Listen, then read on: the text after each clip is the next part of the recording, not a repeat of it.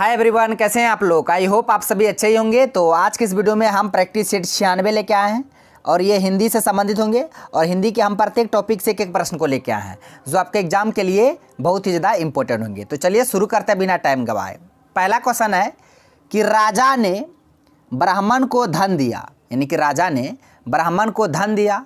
वाक्य के रेखांकित पद में कौन सा कारक है। यहाँ पे जो रेखांकित किया गया है ब्राह्मण को, इसमें से कौन सा कारक है आपको ये बताना है। ऑप्शन में दे रखा कर्ता कारक, कर्म कारक, संपादन कारक, अपादान कारक।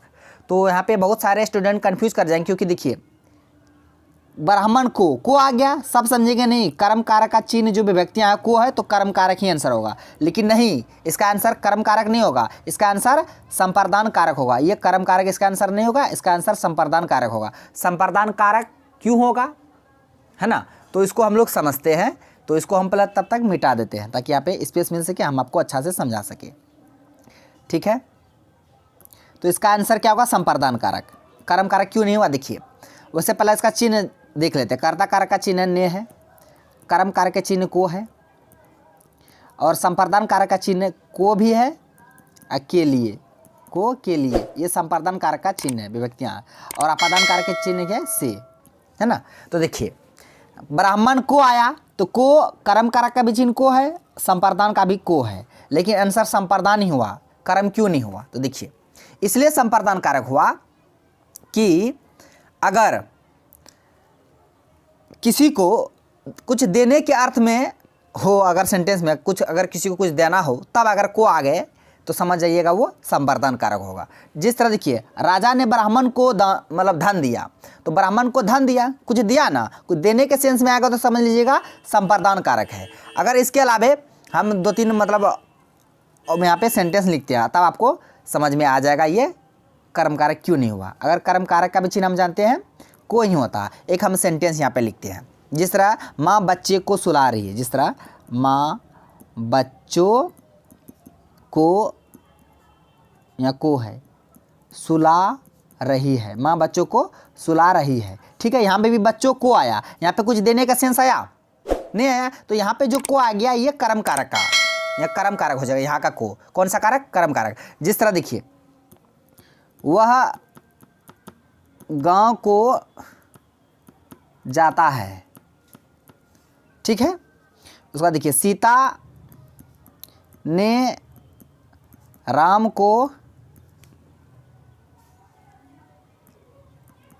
कार दिया। मान ली दो सेंटेंस लिए, यहाँ भी गांव को, यहाँ भी को आ गया, राम को, यहाँ भी को आ गया। अब ये दोनों, इनमें से कौन सा कर्म कारक होगा, किनमें संपादन कारक होगा। देखिए यहाँ पे वह गांव को जाता है, यहाँ पे कुछ देने का सेंस हमको नहीं बुझा रहा है, तो ये कर्म कारक हो जाएगा। कौन सा कारक, कर्म कारक होगा। लेकिन यहाँ देखिए सीता ने राम को कार दिया, देने के सेंस में आ गया, लेकिन को आ गया, तब इसमें संपादन कारक होगा। ठीक है, मुझे उम्मीद आप ये समझ गए होंगे। जहाँ पे देने के सेंस आएगा समझ लीजिएगा वहाँ पे को आएगा तो संपादन, जहाँ देने के सेंस नहीं हो तो वहाँ अगर को आ गया तो कर्म कारक। तो यहाँ पे देने का सेंस आ रहा है, राम ने ब्राह्मण को धन दिया, को आ गया, इसलिए यहाँ पे संपादन कारक हो गया, न कि कर्म कारक। ठीक है, अब चलते हैं अगले क्वेश्चन की ओर। बस हमको इतना समझाना था। उसके बाद है कि वचन की दृष्टि से अशुद्ध वाक्य है, अशुद्ध वाक्य को आपको चूज करना है, वो भी वचन की दृष्टि से। तो प्रत्येक व्यक्ति कहीं नहीं, प्रत्येक व्यक्ति यही कहेगा, प्रत्येक व्यक्ति यही कहेगा, पहला सेंटेंस है। मैं उनकी सज्जनता पर मुग्ध हूँ। उसके बाद हर एक कुआं मीठे जल का नहीं होता, उसका प्राण निकल गया। ये चार सेंटेंस है, आपको बताना अशुद्ध वाक्य कौन सा है। तो वो भी वचन की दृष्टि से प्रत्येक व्यक्ति यही कहेगा, यही कहेगा, ये तो सही है, इसमें कोई भी तरह का त्रुटि नहीं है। मैं उनकी सज्जनता पर मुग्ध हूँ, ये भी सही है। हर एक कुआं मीठे जल का नहीं होता, ये भी सही है। लेकिन यहाँ पे जो आया है उसका प्राण निकल गया। प्राण, पहली बात ये बहुवचन वर्ड है, प्राण बहुवचन वर्ड है। जब प्राण बहुवचन है तो उसका यहाँ आएगा, यहाँ उसके आना चाहिए, तब बहुवचन के साथ बहुवचन का ही प्रयोग होगा ना, तो यहाँ उसका नहीं आएगा, उसके आएगा। उसके प्राण का प्राणे रहेगा, उसके प्राण निकल, यहाँ गया है, गया होगा, गए, उसके प्राण निकल गए, ये सेंटेंस सही है। यहाँ उसका प्राण निकल गया, ये सेंटेंस रॉन्ग है, गलत है। अशुद्ध वाक्य को आपको चूज करना था, बस ये गलत है। इसका आंसर ऑप्शन डी हो गया, उसका प्राण निकल गया, ये नहीं होगा, उसके प्राण निकल गए, क्योंकि प्राण बहुवचन है।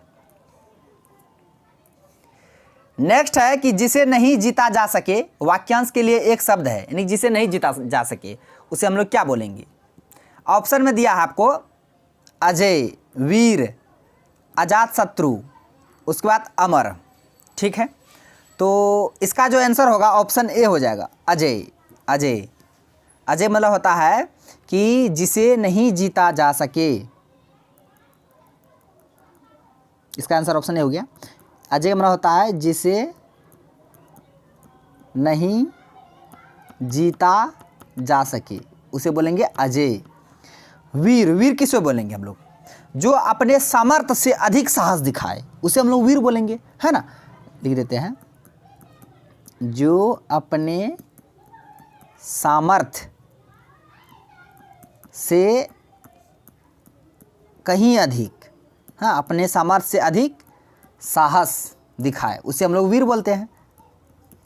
उसके बाद अजात शत्रु, अजात शत्रु का मतलब जिसका कोई शत्रु ना हो, जिसका कोई शत्रु ना हो उसे बोलेंगे अजात शत्रु। और अमर, अमर का मतलब क्या हुआ है, ना मरने वाला, ने कभी नहीं मरने वाला, ना मरने वाला, ना मरने वाला, या बोलिए कभी नहीं मरने वाला, उसे बोलेंगे अमर बोलेंगे। तो यहाँ पे जिसे जीता नहीं जा सके या जिसे नहीं जीता जा सके उसे बोलेंगे अजय। वीर, जो अपने सामर्थ्य से अधिक साहस दिखाए, वीर कहेंगे उसे। अजात शत्रु, जिसका कोई शत्रु ना हो उसे अजात शत्रु। अमर यानी जो नहीं मरने वाला को अमर बोलेंगे। ठीक है, नेक्स्ट क्वेश्चन है कि कौन सा शब्द तद्भव है। तद्भव शब्द को आपको चूज करना है। ऑप्शन में दिया पिता, आज्ञा, कृषक, अग्नि। तो इसका जो आंसर होगा ऑप्शन ए हो जाएगा, पिता। पिता ये तद्भव है, पिता तद्भव है। किसका तद्भव है, पितृ का। किसका, पितृ का। पितृ होगा, पितृ तत्सम है, तत्सम का ही तद्भव क्या हो गया, पिता। लेकिन इसके अलावे यहाँ पे आज्ञा ये भी तत्सम है, कृषक ये भी तत्सम है, अग्नि ये भी तत्सम है। अग्नि का तद्भव क्या होता है, आग। कृषक का क्या होता है, कृषक का किसान, कृषक का तद्भव किसान, फार्मर। आज्ञा का आन, आज्ञा का तद्भव आन। ठीक है, तो यहाँ पे आपको तद्भव चूज करना था, तद्भव पिता ही था। इस बाकी इसके अलावे आज्ञा, कृषक, अग्नि ये तीनों तत्सम था। तद्भव एक ही था, पिता। और किसका तद्भव है, पितृ का। आज्ञा का तद्भव आन, कृषक का किसान, अग्नि का आग। इसे भी आप लोग ध्यान में रखिएगा। नेक्स्ट है कि दिनकर किसका पर्यायवाची शब्द है। दिनकर आकाश, सूर्य, चंद्रमा, तालाब। तो इसका आंसर ऑप्शन बी हो जाएगा, सूर्य। सूर्य का ही पर्यायवाची शब्द है। रवि हो गया, दिनकर हो गया, सूरज हो गया, यह सभी किसका है, सूर्य का ही है। ठीक है, इसके अलावा आकाश का जन्म करते हैं नभ, अंबर, आकाश। चंद्र, चंद्र का यही राकेश, वैसे मेरा नाम भी राकेश है। तो चंद्र यानी चंद्रमा, चांद बोलिए, राकेश बोलिए, राकापति बोलिए, निशा, रुकिए, राकापति हो गया। ठीक है, तालाब जन्म करते सरोवर। अब बढ़ते हैं अगले क्वेश्चन की ओर। क्वेश्चन है कि किस वाक्य में वर्तनी संबंधी अशुद्धि है ना। इसमें से आपको गलत वाक्य को चूज करना है। ईश्वर अंतर्यामी है, आपका स्वास्थ्य अब कैसा है, विद्यार्थी को स्वावलंबी होना चाहिए, उज्जवल चांदनी में सैर कर आनंद आता है। ये 4 सेंटेंस है, आपको बताना गलत सेंटेंस कौन सा है। वाक्य ईश्वर अंतर्यामी है, ये तो सही है, इसमें कोई गलत नहीं है। ईश्वर अंतर्यामी होते हैं, है। आपका स्वास्थ्य अब कैसा है, ये भी सही है। विद्यार्थी को स्वावलंबी होना चाहिए, सही बात है, स्वावलंबी होना चाहिए, इसमें कोई गलत नहीं है।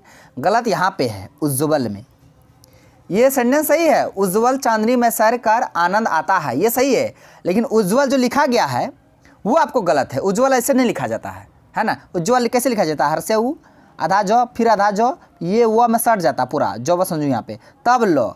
लेकिन यहाँ पे उज्जवल क्या लिखा है, यहाँ जो सुन दिया है ना। एक आधा जो, फिर एक पूरा जो दिया, दोनों जगह आधा जो ही होगा, और वो आधा जो वो में सट जाएगा। तो उज्जवल ऐसे होता है। ठीक है, तो इसको याद रखिएगा, उज्जवल लिखा कैसे जाता है, इस तरह से लिखा जाता है। बाकी सेंटेंस सही था, तो इसका आंसर ऑप्शन डी हो जाएगा। यही गलत था, इसमें गलत क्या था, उज्जवल। सन्यासी, देखिए सन्यासी के कैसे सही होगा, देखिए आप लोग, ऐसे सन्यासी सही होगा या सन्यासी ऐसे सही होगा, या आंसर है कैसे वाला होगा। तो इसमें कन्फ्यूज कीजिएगा, ऐसे सन्यासी नहीं होगा, गलत होगा। सन्यासी ऐसे होगा, है ना। आंसर भी होगा, आधा नौ भी होगा। ये सब वर्ड हिंदी में पूछते हैं। नेक्स्ट है वागीश का संधि विच्छेद क्या होगा। वर्णो दो वर्णों के मेल से जो विकार उत्पन्न होता है संधि कहते हैं। संधि के 3 भेद, स्वर, व्यंजन, विसर्ग। तो वागीस का संधि विच्छेद करना, वाग जोड़ इस, वाक जोड़ इस, वाग जोड़ इस, वाक जोड़ इस हर्षई बलाई है, ठीक है। आपको वागीस का संधि विच्छेद, तो हम इसका आंसर बता देते हैं, ऑप्शन बी हो जाएगा, वाक जोड़ इस, वाक जोड़ इस, अर्थात क्या हो जाएगा, वागीस।